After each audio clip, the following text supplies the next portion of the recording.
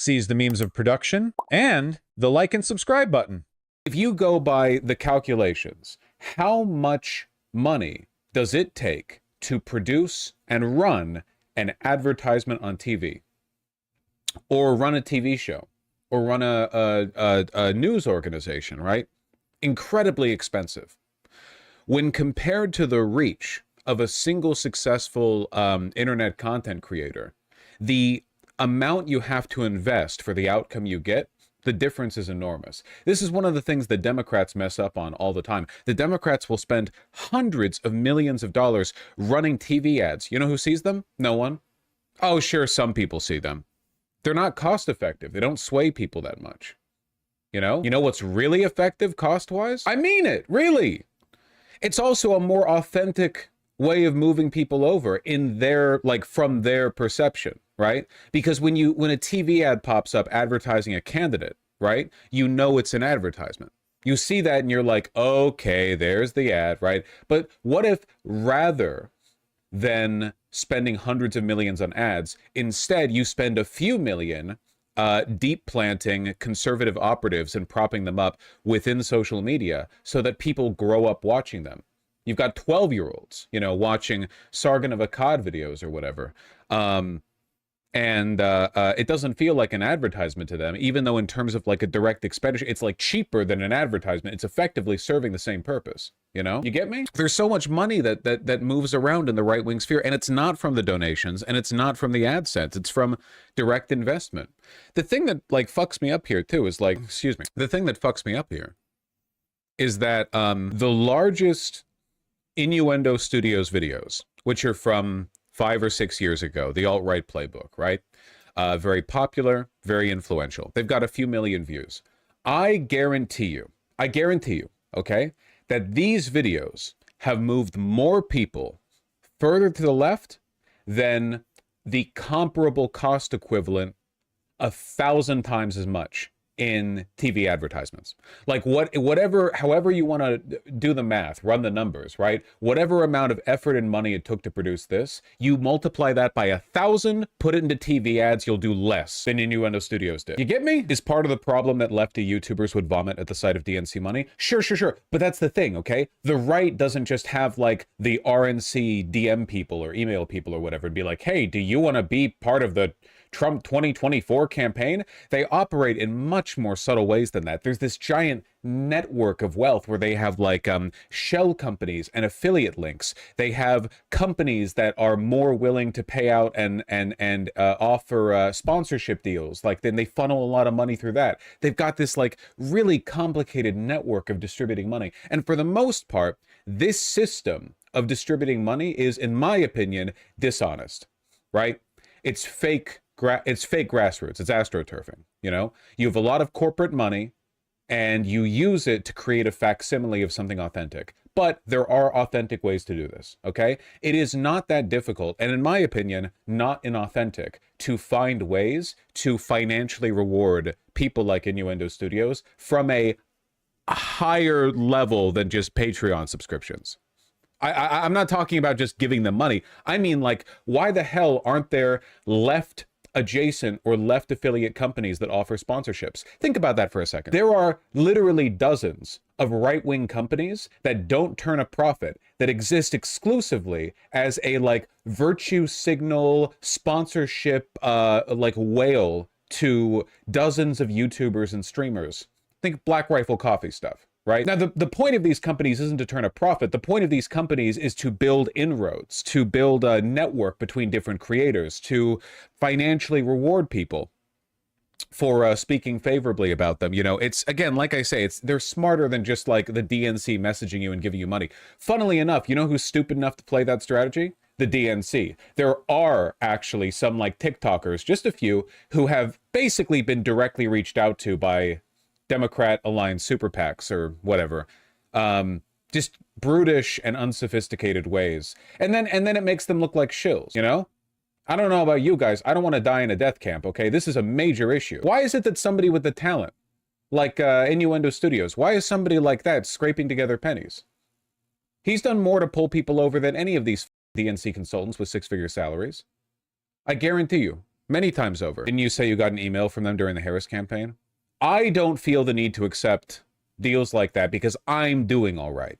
Also, I think that there's a, I think that there's a greater expectation from people on my end as well, because I'm pretty oppositional to the Democrats. I wouldn't expect them to offer me money really to begin with. I will say though, you know what? And I'll say this, by the way, like out front, if there was a company that produced a product that was good in quality and that the purpose of that company was they did sponsorships with left YouTubers or streamers for very large amounts. And basically the whole point was, how do you financially reward people who are on our side through an acceptable mechanism of outreach and engagement? You know? Yeah, I might take it. If the product was good, I wouldn't lie to you guys. The product would have to be good. You get me? Like gaming sponsorships? Yeah. Or anything, really. I'm not really like talking about my preferences here necessarily. I just think it's disgraceful that, you know, somebody as talented as Innuendo Studios could be having issues like this. Now, in fairness, I don't think that the man's run his channel much as a business, but I don't think everyone should have to. I mean, I don't know. It seems like such a waste to, when the right-wing grift sphere is basically all like affirmative action for retards. I mean, you can be the most incompetent failson in the world and still like prop yourself up through that. And you can be so sharp and so intelligent on the left-wing side, but you also need to be lucky and a shrewd businessman. And you need to be like ruthlessly exploiting every mechanism of monetization. And it's like, just why is it so stacked against us? And when I say us, I mean us in like the lefty space. Obviously, I've done well. I've gotten very lucky. But I am absolutely the outlier, right? I just like to be clear. There are lots of really talented people out there. The most untalented sons of bitches can get massive careers off of right-wing grifting, and you need so much on the left. Damn, 2.4 million views. Should he have to run his channel as a business to see a profit? I mean, it's being a YouTuber's difficult. It is difficult. It's difficult to make ends meet, especially if you're not getting that, I don't know, Black Rifle Coffee money. I don't know. Sam Cedar is sponsors like that. I know Sam Cedar is sponsors, and God bless him. There's not a damn thing wrong with that, you know? You don't want to engage in like moral purity testing to the point where it's like, well, actually, you shouldn't be able to make a living as an advocate for leftist politics. What the f*** are you talking about? What? Who sent you? I don't know. The semiotics of cuck. This is the theory that I listen to before I accuse you guys of being mean to me. I mean it. A lot of the stuff that I've talked about on this channel for years are essentially like iterations on information that I first encountered watching some of his alt-right playbook videos. It's a good channel. Yeah, go support him through GoFundMe or through his Patreon if you can. Ruben, hey. Nah, he wants to play. He wants to play. He was walking towards me. I make eye contact. He stares, then he flops. Yeah, he wants to get jiggled. I don't think the views even account for how influential his videos are, because every modern leftist creator has watched them and applied them to their own belief system. That's true. I think, is this crazy of me to say? I think in terms of influence, not in terms of popularity or viewership, he might rival or exceed Contra. Genuinely, I mean that. That's not a dig on Contra at all.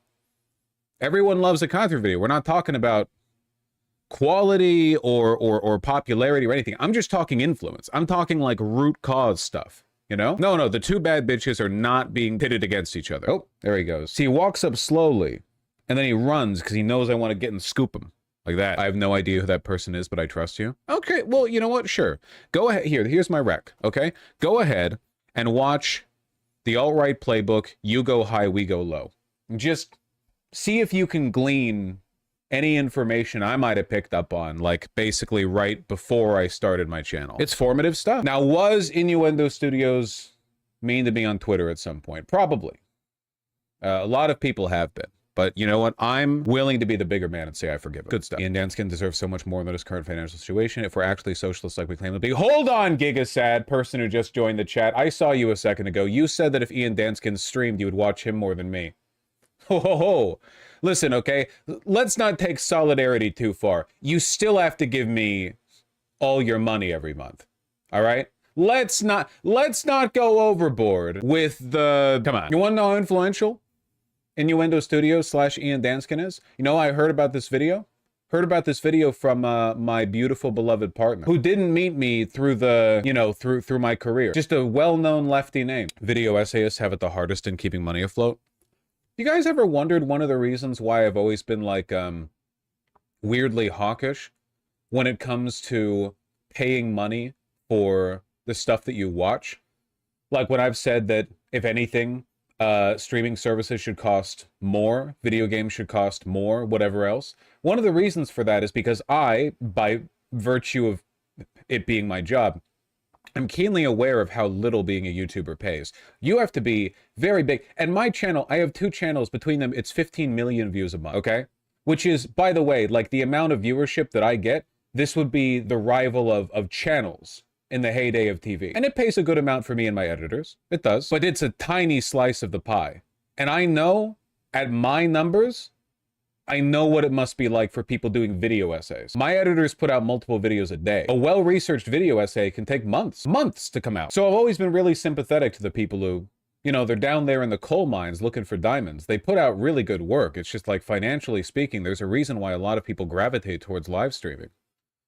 Now, thankfully, for me, it wasn't a compromise. I started live streaming pretty much from the get-go. I enjoyed it from the get-go. So for me, it wasn't a financial consideration. It was always what I wanted to do. But it kind of feels like everyone gets pressed into that, you know? Doesn't one of my other favorite video essayists, why am I blanking? Folding Ideas? He also streams. I know there's a financial pressure. Dan Olson, right. There's a reason short animation work is dead. That's right.